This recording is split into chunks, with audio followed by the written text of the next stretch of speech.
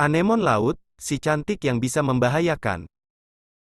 Anda tentunya telah mengetahui, apakah itu ikan badut, ikan yang telah diangkat Hollywood, sebagai salah satu tokoh kartunnya, yaitu Nemo. Tapi apakah Anda juga tahu anemon, tempat di mana si ikan badut, atau Nemo itu tinggal? Anemon laut diklasifikasikan dalam filum Cnidaria, kelas Anthozoa, dan subkelas Hexacoralia, termasuk dalam Anthozoa, karena sering ditemui memiliki polip besar. Yang memungkinkannya, untuk mencerna mangsa yang lebih besar, digolongkan Cnidaria, karena anemon laut, sering ditemukan menempel pada karang, ubur-ubur, dan hydra. Anemon laut juga diketahui, dapat memiliki puluhan, hingga beberapa ratus tentakel di tubuhnya.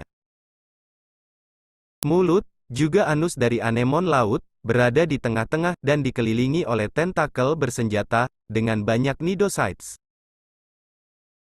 yaitu sel-sel yang defensif, dan digunakan untuk menangkap mangsa. Cnidocytes mengandung nematosis menyengat.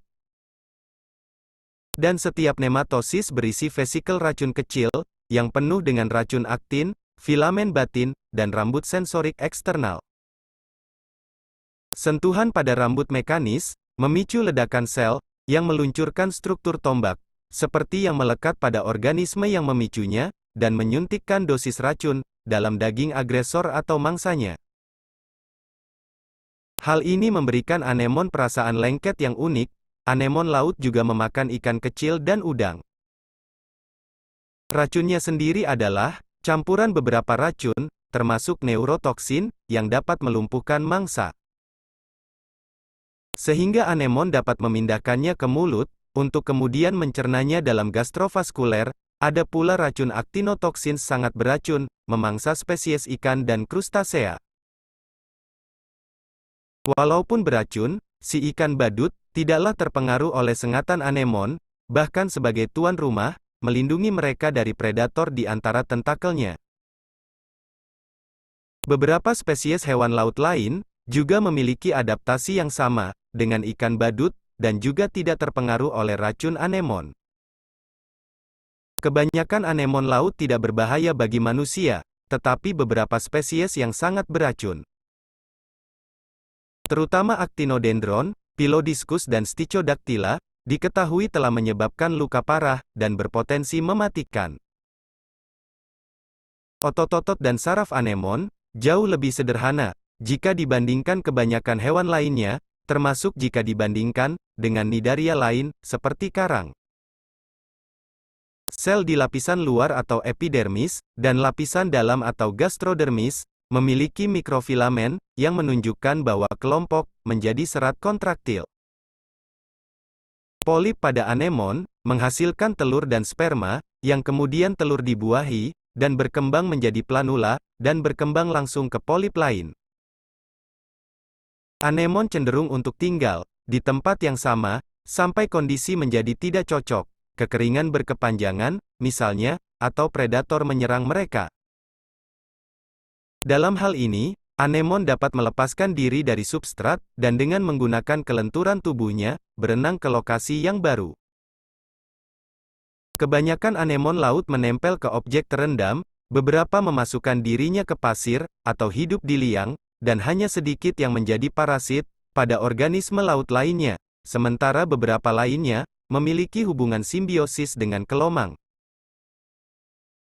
Anemon juga dapat bereproduksi secara aseksual, dengan tunas atau dalam beberapa kasus, dengan pembelahan biner. Ketika polip memisahkan menjadi dua bagian, beberapa spesies juga dapat berkembang biak, dengan pedal laserasi. Beberapa spesies ikan dan invertebrata, hidup dalam hubungan simbiosis mutualisme, atau komensal dengan anemon laut, dan yang paling terkenal adalah ikan badut. Spesies cardinalfish tertentu, seperti banggai cardinalfish, Trispoddascylus remaja, bucih atau gobi, greenling, berbagai kepiting seperti Inachus phalangium, Mitraculus cinctimanus dan Neopetrolistes, udang seperti tertentu Alpheus, Lebeus, Periclymenes dan Thor, dan berbagai siput laut, juga diketahui melakukan hubungan dengan anemon. Sebagian besar spesies anemon ada di daerah terumbu karang perairan tropis, meskipun ada juga spesies yang menyesuaikan diri dengan perairan yang relatif dingin, terumbu intertidal, dan lingkungan pasir.